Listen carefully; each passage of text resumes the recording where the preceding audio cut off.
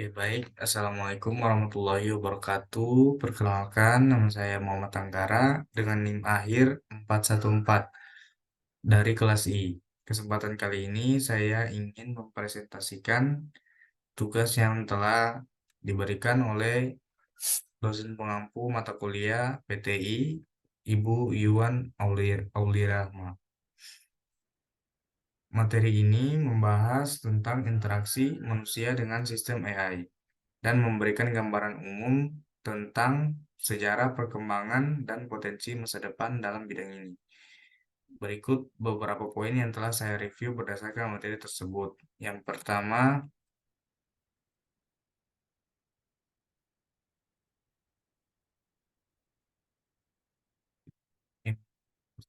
evolusi interaksi manusia dengan AI. Nah, interaksi manusia dengan AI ini mengalami tiga fase atau tiga gelombang. Gelombang pertama berkisar tahun 1950-an sampai 1970-an.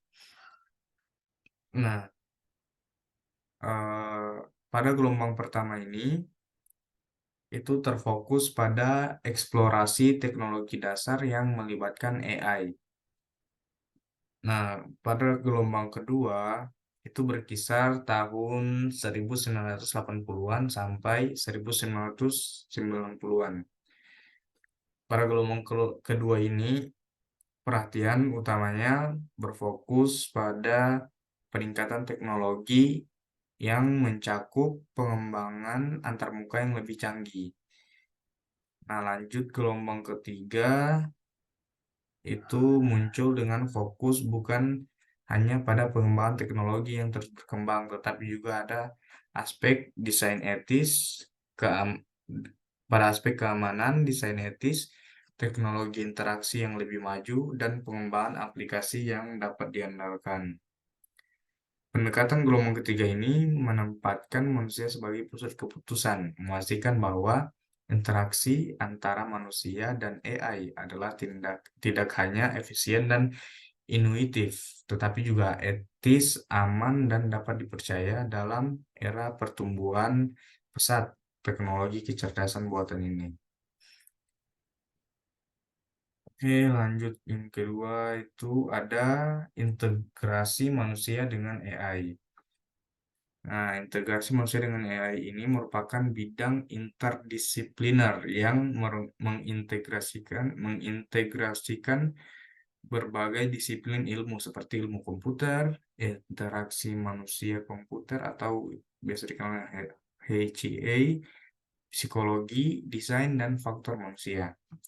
Dalam penggabungan ini terdapat upaya untuk memahami dan merancang antarmuka manusia, sistem AI yang efektif dan responsif.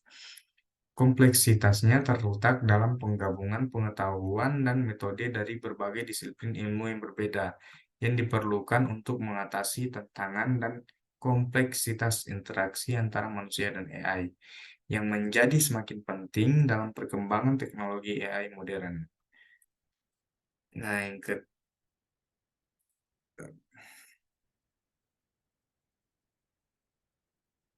dalam konteks interaksi manusia dengan sistem kecerdasan buatan AI, materi membahas berbagai model yang tersedia untuk berkomunikasi dengan AI. Mode-mode ini mencakup pada suara dan gerakan, teks, atau chat. Nah, penggunaan suara memungkinkan pengguna untuk berinteraksi dengan AI melalui perintah suara yang seringkali lebih alami dan mudah diadaptasi oleh manusia. Namun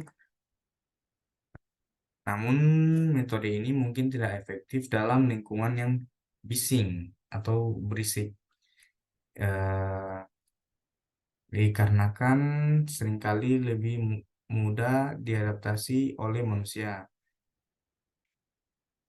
Di sisi lain, memungkinkan pengguna untuk berkomunikasi dengan AI melalui gestur dan gerakan tubuh yang dapat lebih tenang dan digunakan dalam lingkungan berisik.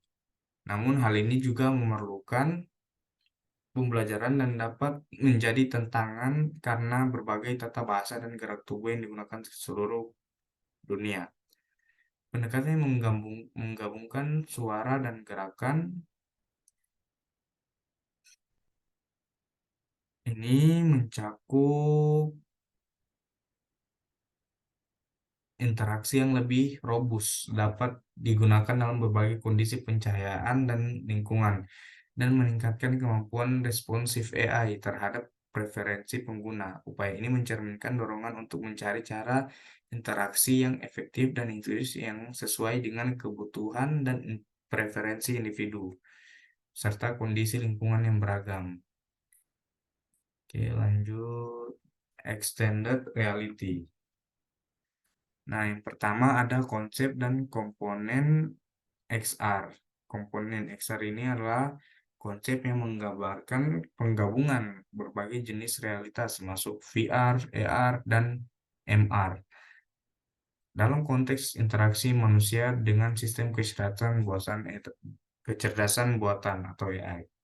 Dalam lingkungan XR ini, pengguna dapat merasakan pengalaman yang melibatkan unsur-unsur dunia nyata. Jadi seolah-olah kayak kita itu berada di alam tersebut, tapi sebenarnya itu tidak nyata.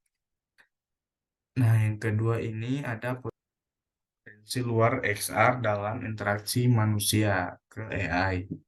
XR memiliki potensi besar untuk memperluas kemampuan manusia dan memberikan ruang untuk interaksi kreatif yang beragam dengan AI. Dalam konteks ini, teknologi kecerdasan buatan dapat digunakan untuk memperkaya pengalaman XR yang memungkinkan respon dan adaptasi yang lebih baik terhadap kebutuhan dan preferensi individu, serta menciptakan antarmuka yang lebih mendalam dan dinamis dalam berinteraksi dengan AI.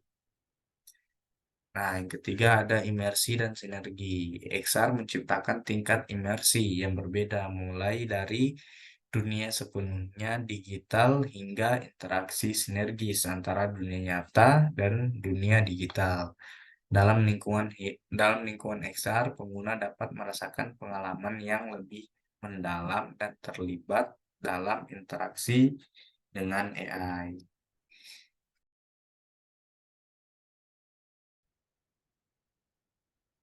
Dapat saya simpulkan dari materi ini, yaitu materi ini memberikan gambaran yang sangat kompleks tentang evolusi interaksi manusia dengan AI dan berbagai mode serta teknologi yang terlibat. Hal ini mencerminkan pentingnya terus-menerus berinovasi dalam bidang ini untuk memastikan interaksi yang lebih efektif dan responsif antara manusia dan AI, serta mempertimbangkan aspek etika dan keserbagunaan dalam desainnya. Oke, terima kasih. Kurang dan lebihnya saya mohon maaf. Wassalamualaikum warahmatullahi wabarakatuh.